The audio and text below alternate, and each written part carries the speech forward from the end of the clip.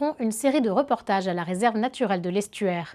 Pour compenser la disparition des habitats d'animaux, plusieurs espaces protégés ont été aménagés.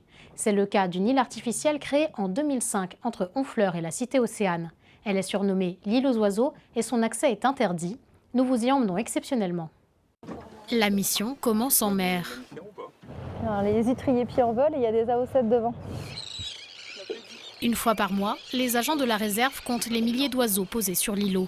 Depuis 2005, on fait ce qu'on appelle un suivi à long terme. Ça nous permet de voir si les oiseaux se portent bien, si on est surtout sur une évolution positive ou non. Sur cet îlot, les visites sont rares. Il a été construit il y a 20 ans avec des gravats pour compenser la destruction des reposoirs à oiseaux lors de l'extension du port. Ce jour-là, l'équipe débarque. Il faut aller vite pour déranger le moins possible les animaux. 80 espèces trouvent refuge ici, notamment des oiseaux migrateurs. L'îlot, il a une position assez particulière, c'est qu'il est vraiment sur une route migratoire. Les oiseaux qui viennent de l'Arctique et qui vont jusqu'en Afrique de l'Ouest vont forcément passer par l'estuaire de Seine. Quand toutes les zones sont recouvertes en fait, par la marée, ils doivent trouver une zone refuge et donc l'îlot permet de les accueillir à ce moment-là. L'ornithologue cherche toutes les traces des oiseaux. Elle vérifie aussi leur état sanitaire. Ah, t'en as un là.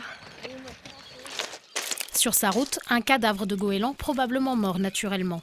Ce qui l'intéresse surtout, c'est de vérifier que la grippe aviaire n'a pas fait de victime. À quelques mètres de là, un autre travail attend cet agent, un relevé topographique des lieux, car la physionomie de l'île change constamment.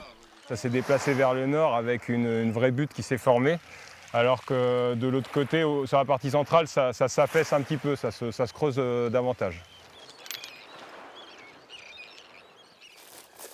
La botaniste, quant à elle, répertorie les végétaux. Des espèces tropicales invasives, mais aussi une plante protégée, le chou marin, se sont implantées au fil du temps. C'était vraiment un tas de cailloux et en fonction des espèces, soit ça va être des graines qui vont avoir flotté et qui vont avoir germé, ou alors d'autres qui vont être apportées par le vent et qui vont ensuite germer. Pour que la vie sur l'île continue de se développer, il faut qu'elle reste un sanctuaire. Il est interdit d'y accoster et de naviguer à proximité. Il faut savoir qu'à même 500 mètres, en fait, des oiseaux, dès qu'ils voient un bateau, ils vont avoir tendance à s'envoler. Ils vont dépenser de l'énergie à essayer de retrouver une autre zone pour se reposer. Et donc, ça va forcément affaiblir leurs conditions corporelles et ça reste préjudiciable pour les oiseaux. À terme, la réserve souhaite s'équiper d'une caméra pour surveiller la faune à distance et partager ce spectacle unique au plus grand nombre.